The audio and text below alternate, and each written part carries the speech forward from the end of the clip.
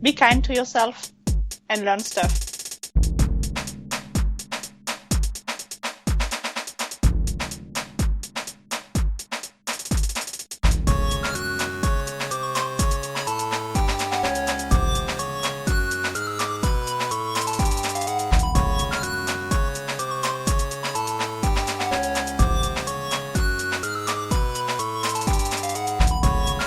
Welcome to episode number 5 of the Science for Progress podcast. I'm your host, Dennis Eckmeyer. For this episode, I had a conversation with Lauriane Nallet, a PhD student in Switzerland. Lauriane contacted me because she wanted to do more science communication and she had a list of things she wanted to talk about. We then met on Skype and decided that we should be talking about a very important topic, mental health, in particular depression among PhD students.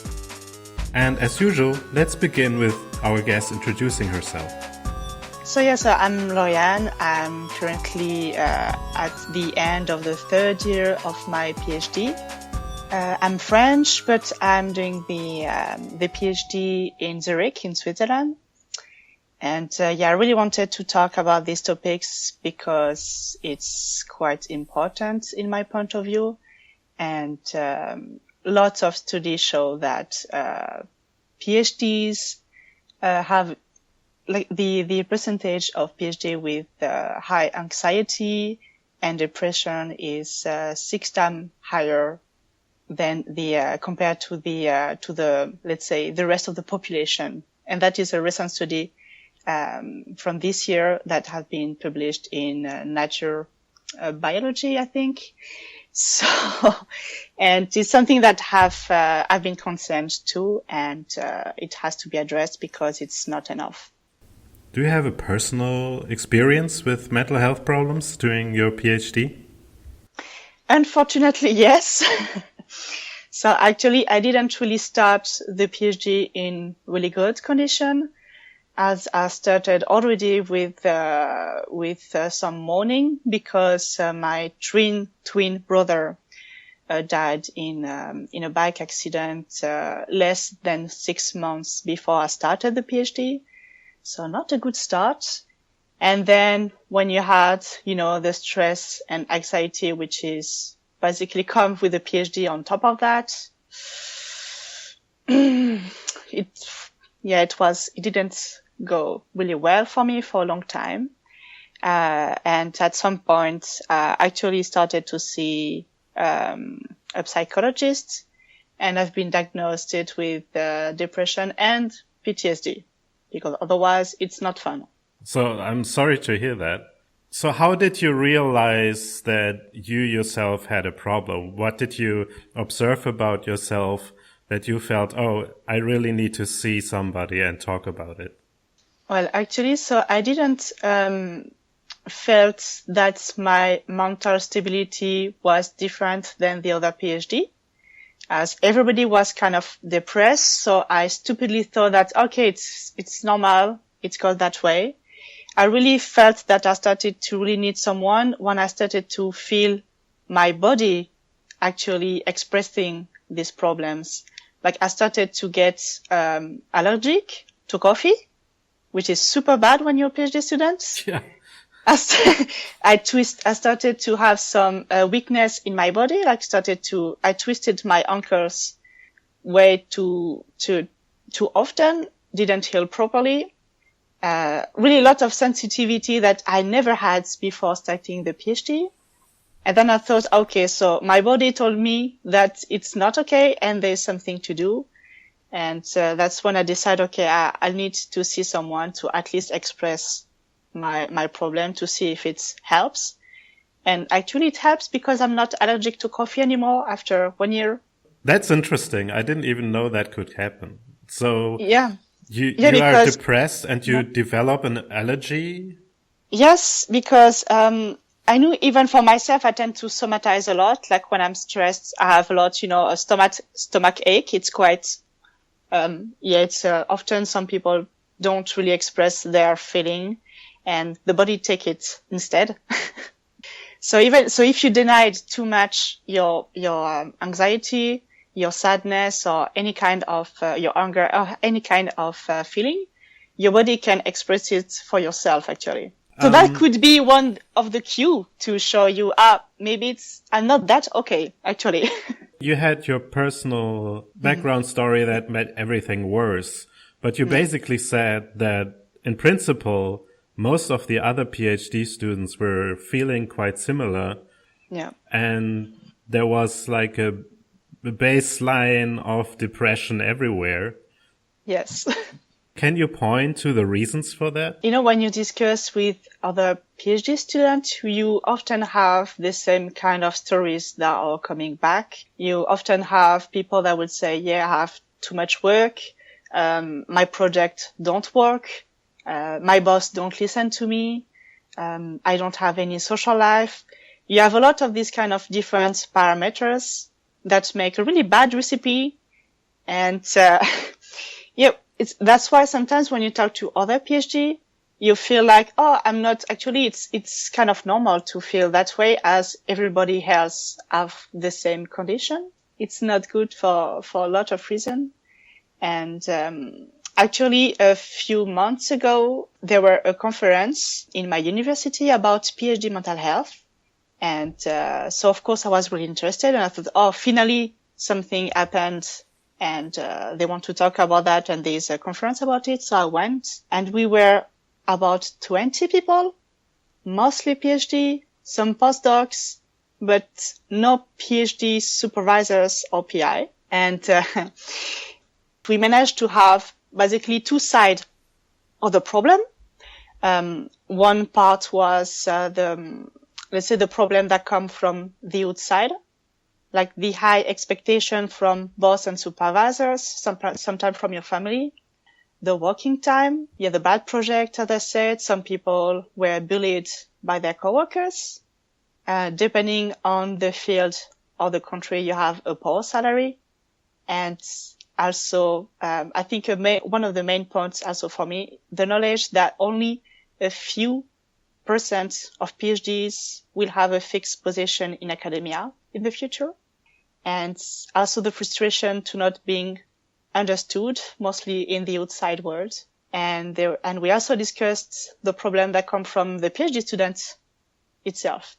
So also as a PhD, when we start, we have a high expectation on the academia world and what come with it. So you can have some disillusion about your project.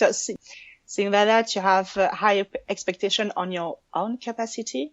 And if you don't manage, if your project don't work well, you feel like it's your fault and you're useless. That comes also with the imposter syndrome, which is really quite common in people in academia. And the fear of people are going to figure out that you don't know anything. That you have the lack of social life, which is sometimes self-made or by too much work. And so this lack of social life, you have the loneliness, which is even worse for people that are doing their PhD in a different country. And you have a lot of culpability, like, okay, I try to have a bit of social life, but when you go outside, you feel like you should be working instead. And then you can have a lot of different problems, like I have that come from before, and some people that have some problem with their family, loved ones, and that goes on top of that. So that is, it's a non-exhaustive list, but it was the thing we discussed during this event. And also the fact that there were no PI and no supervisors was also showing one of the problem. People that could actually help their students didn't come to this event. That was a not exhaustive list, as to say. But I thought it was already exhausting just to listen. There's so many different factors that play into this. One aspect you mentioned to play a role in the depression in many PhD students is the expectation of workload that is put on them. Could you talk about that a little bit more? Some told me that their bosses wanted them to stay every day of the week, sometimes the weekend, until 8 o'clock. But it was not really useful because sometimes they didn't have anything to do, really. Like they finished the experiment and they could easily get back home and just have a rest and even start to write their PhD. But it was really, no, you have to be there at this time, you have to leave at this time, and we don't want to hear anything. I heard that quite a lot. But, so yeah, you have some boss that could say, okay, you have to work that amount of time. Some that don't really care and don't even pay attention to you. It's also a problem. But it's just that, in general, PI and supervisors are not really, don't really know what to do with their PhD students if they don't feel well. Like, they are not trained for that. I understand completely, but maybe they should. Because if your students or your colleagues or just your employee are not well, you cannot expect them to work properly and be focused enough, because they cannot put 100% of their mind on it if they have 50% of it, which is under anxiety and stress and depression. I actually experienced it the other way around. So I was told, oh, you can come and go whenever you want. And then they didn't really pay attention to how much time I spent in the laboratory. And then they basically randomly sampled if they saw me or not. And then I would get a talk where they would be like, I didn't see you at that time. I didn't see you at that time. So that means you haven't been working enough. It's a bit sneakier. It's like, we don't tell you anything, but we still judge you. Well, and then I asked, so how much should I be working? And then they said, I don't know, 50 hours per week, which is already more than most people work, right? Well, yeah. And then I was like, oh, okay, so you want me to count the hours to 50 and then I know I'm good. And then no, I don't want you to count the hours. So because for them, counting hours is just looking on the time when you can rush out. Yeah. So they don't want you to pay attention to the time you spend, but they do have a threshold of what minimum time you're supposed to spend or in their mind. And they don't have a proper measure for it. They're not looking after. So it's a completely helpless situation from both sides. Yeah, and the only thing you can do is ignore it. That's ridiculous, because it's also the idea that if you do science, mostly in general science, that means you're passionate in your field, and that means you should be happy to work these 50 hours, and then you don't count because you're so happy to do these 50 hours a week. Exactly. Or more. There is this overall non-appreciation of the work that you do, that also adds to the depression, right? So your time is worth nothing. Yes. They don't pay you a lot. Because you love it, you should be happy to work here, and you should be happy to work 24/7. Yeah. And you should be grateful for that. Exactly. And you should be thanking me for this. There is this overall looking at people who have a college degree or even a PhD when we're talking about postdocs, but not appreciating them as professionals. No. Also because, I think, one of the source of this problem is that since in 50 years, the amount of people doing high degrees has increased in an exponential manner. So it's more and more, which is good in a way. That means that people want to study more and do more things. But then for labs, it's like if you lose one PhD, it's fine. You will have 20 others that are just waiting to have a job behind. We hire you, so you should be grateful for that first. And then you have to work that amount of time, or just, to have this to have this efficiency if you want to publish enough to maybe have a job after. So talking about publishing, how do you experience the pressure to be successful in your work as a PhD student? Well, from my work, I know that at least in Zurich, the University of Zurich, we are supposed to have at least one paper as first author in a goods paper to be able to have our degree. So for now, I still don't have any paper because I don't have enough data. So I'm a bit stressed by that, of course, because that's how it goes in a PhD that don't have yet any paper at the end of the third year. I still have 1 year, 1.5 years to go, and maybe I will have one, but a lot of my friends didn't have the good amounts of paper for their own doctoral school, or sometimes just on time, just submitted. And so they manage with a paper submitted to have their degree, but then the paper was rejected actually, and now they have trouble to find a job because when you're looking for a postdoc, they are directly looking at the amount of paper you have as a PhD student or even before. This is actually something that I hear more and more, and that really bothers me. Mm-hmm. And that is that more institutions are now not only asking for a thesis after a few years, but they're asking for successful publications in peer-reviewed scientific journals. And that is insofar a higher bar as to you can do a lot of good work in 3 years that shows that you know how to do research, you know how to use the methods, you know how to analyze data, and basically you can show that you can do everything that a PhD needs to know. Mm-hmm.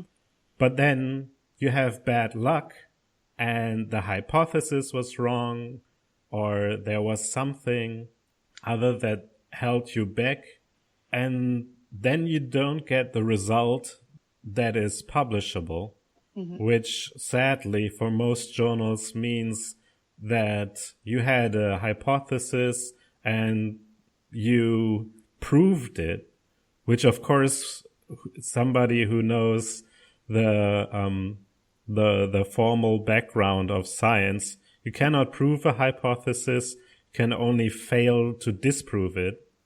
So you can have proven basically that you have all the skills you need as a PhD, but you cannot publish the results of your work because they're not the results people want to read. Yeah, and exactly. Then you cannot graduate. I think this is a terrible situation. I'm surprised that more and more, so I hear it more and more. I don't know if it's a trend that they really mandate peer-reviewed publications. When I was a PhD student, that was 10 years ago, we said, okay, after 3 years you should be done, and then you would write a thesis. But if you were that good that you would have several papers, you can put them together as chapters and then graduate with a so-called cumulative thesis. But this appears to have become the norm now, which is ridiculous in my view. No, yeah, you have that. And also, so as you said, sometimes, you have some troubles along the way. Just, if a technique don't work, you can lose months of study. And just if your study, if not sexy enough, papers don't want it too. Like if it's not a trending topic, you can have some trouble to just publish it.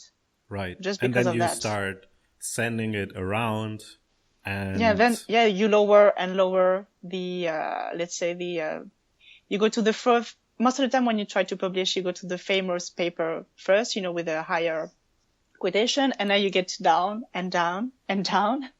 Right. Up to the, let's say, not bad paper, but not that good, just to be published and to maybe have your degree.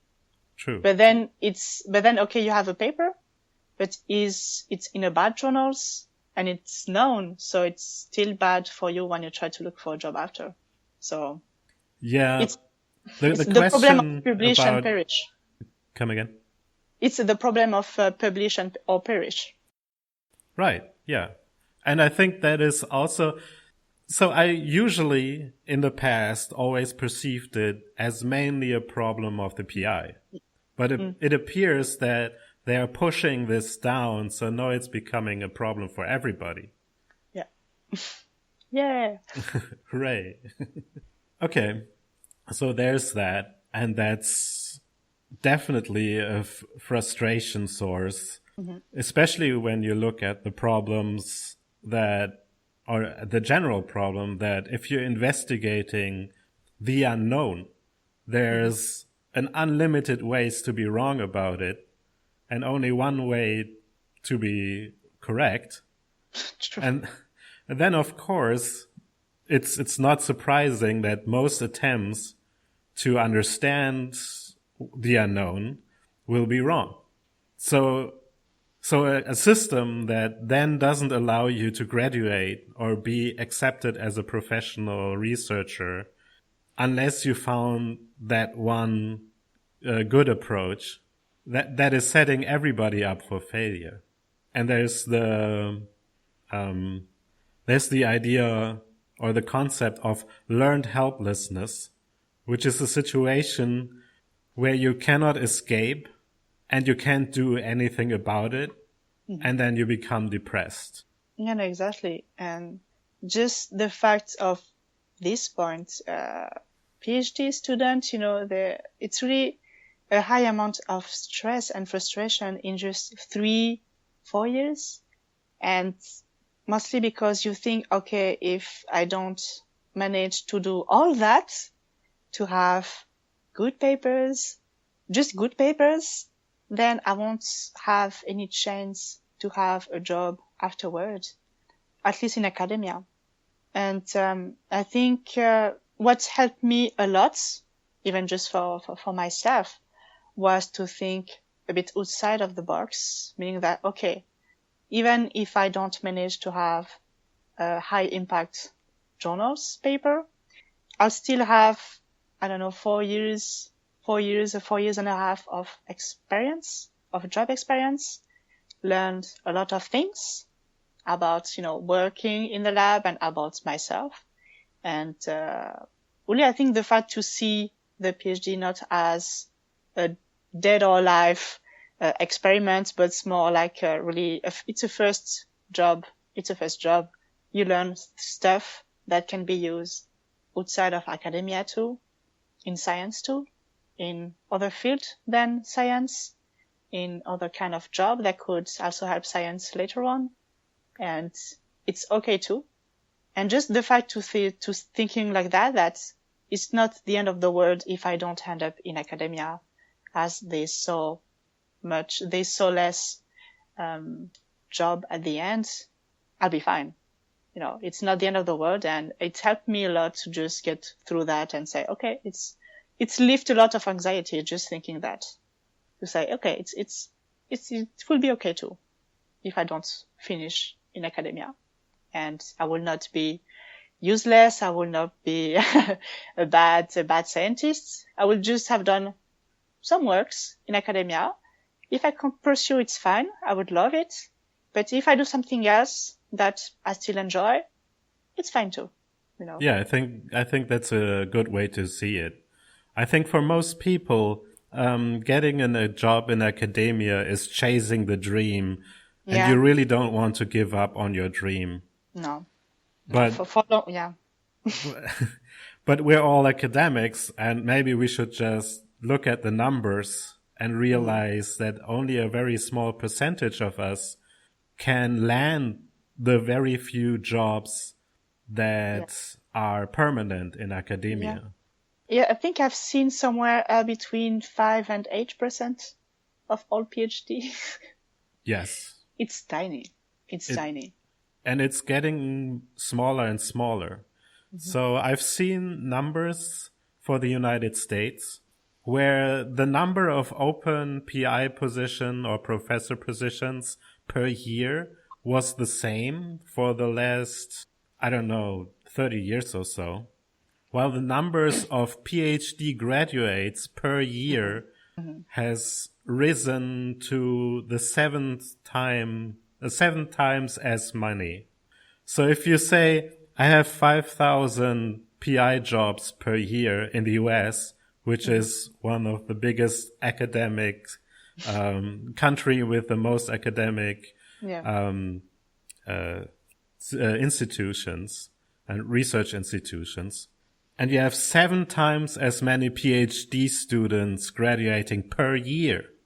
You have an enormous growth in PhD populations who are competing about an unchanging number, a small number in comparison.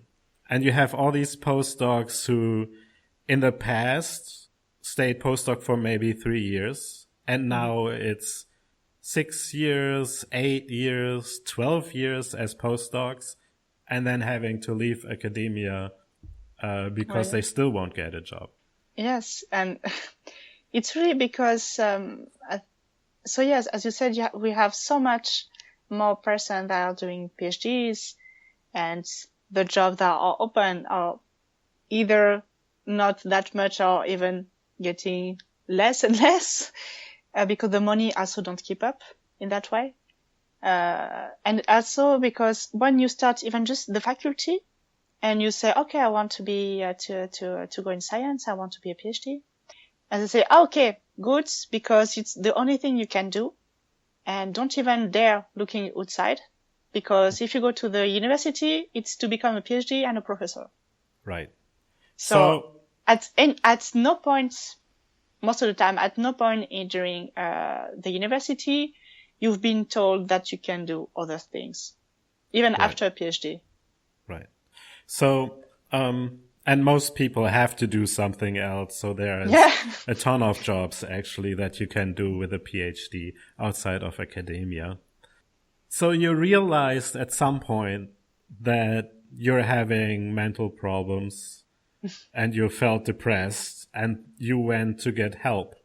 Yeah. How did you learn where to get help, and what happened when you then went to the therapist? So actually in my university, it's something that is quite good. They do have a psychologist part where you can go as students, even, even undergraduate students that can go if they need help, if they procrastinate too much, if they are stressed out. So, and it's free. So that is great that they have that. And so I went to start to seek some help, because as a French, I'm in Zurich, in Switzerland, and the main language is German, which I don't really, know. And I wanted to know if I could talk to someone, and if they had a list of psychologists that I could seek that would either speak English or French. And they did. So actually I went and basically I talked to someone and about all my story and all my problems, so he could make a little list and try to give me the most suitable person. And he gave me a list of 5 psychologists around Zurich. And first he asked me if I seeked someone that I could talk, or if I wanted to have also some medication. And I didn't want to have any medication. I really only wanted to just, express and get it all out. That's why I have a psychologist and not a psychiatrist. But that is fine too. So he gave me this list and I went to see one of these person, and she was really great. And so it was really a good help to have her. And just here, first, I think for 1 year, it was mostly about the background problem. So my brother, the mourning, and the fact that I left way too fast after the death, and, capability of leaving everyone, the fact that I left, the country and all that. And So that was really nice to be able to just, let it all out. And after, at some point, she told me, okay, now that we had that out, you can start to talk to me about your everyday life and see if at some point you feel stressed or sad, and we can try to link it to what could have happened. And a lot of little things like that helped me thought, okay, so today I had a pain in my shoulder, but I remember that I had some trouble in the lab because I don't know, some data was not working out or the rats didn't want to work. So, okay, so that event have a link on my own, physical pains. Okay. It's nice to know that. And the fact that she made me look at myself from an other point of view, I managed to see a lot of things that I was doing that was not really good for myself, to stress out for nothing sometimes, to culpabilize for nothing. And just I started to learn to pay more attention to myself and to take care of myself. So, okay, I had a bad day. I will go home. I will not work. I will take a bubble bath, rest a little bit, and tomorrow will be better and I will work better. And it essentially works. My mental health really increased a lot in, let's say, in 2 years. And I think really even if you think you don't really see any point of seeing someone, you don't have to go to a psychologist, but you can start to talk to some of your friends, your family, relatives maybe about all that, or even other PhD students to just complain about your problem, because that is always nice to know that you're not alone, and maybe they have some tips for you, some advice. And yeah, that's personally helped me out a lot without medication. But if you really need medication, it's not shameful neither. It's always good to seek not only help, but seek someone to feel better, because that's the main point. It's to get better, be more focused, be more aware of yourself and your needs, and to be a better person in general, maybe. So I had some collisions at some point with PIs when I said, look, I've been through several burnouts already. I know myself. I'm in a situation where I need a break right now. And I was faced with a lack of understanding for my situation. I can imagine. So what would you tell PIs in such situations? That's essentially, I don't know, because it just one time in the lab, I was really, really bad. I really started to cry, and my supervisors said to me, here you're not working well, just go home and that will be good. And I was really grateful for him to understand and see that. But it was, I think, because he was a young postdoc, so he probably still remember when he was a PhD. For PI, they were a PhD, a long time ago, let's say that, they didn't went through all that, or sometimes they just don't remember. At this point in the conversation, I went a little bit off topic, talking about how there is a lack of leadership training for postdocs who wanted to become PIs. But then we got back on topic. And then you have your supervisors or PI that for them it was maybe bright because, the amounts of PhD were not that high, and it was maybe a bit easier for them, and they don't understand. And they just told you, if you work hard enough and good enough, you will have your job. It's fine. But it's not actually true. And it's not true nowadays.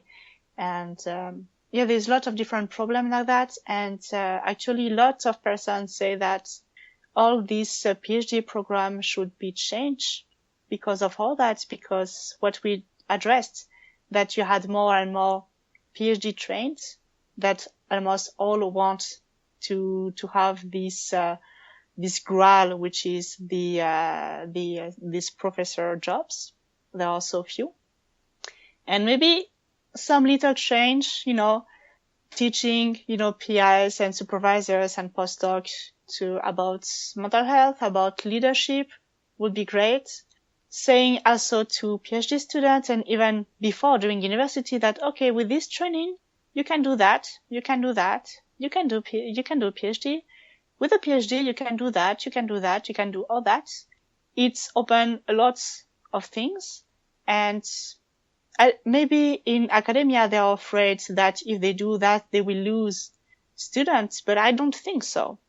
Because it's true, like I know I'm really passionate about science. I really loved, since I'm 8 years old, I wanted to be a scientist. And I really love everything about science. And I'm quite sure there's a lot of people in STEM that are a bit like me or that really like that. And even if they know that they can do a lot of other things, if they want to be a professor, they will at least try. And if they can't manage because there's not enough job and someone better than them had it, which is fine, they know they can do something else, and it lifts anxiety. I try to share as much as possible thing I found on the internet saying, okay, you can do that as a PhD too. And, it's fine. And to help them out in that way, that's okay.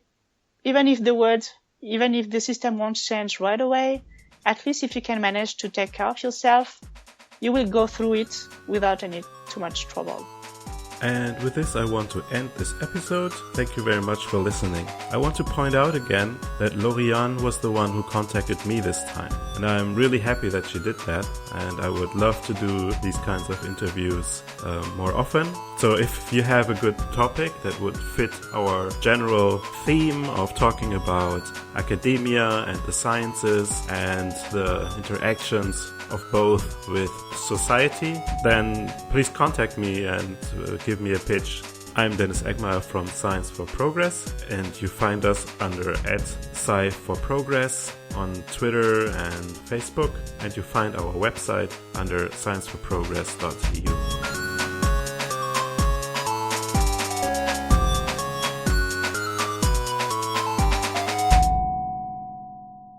Yeah, I sometimes go weird places.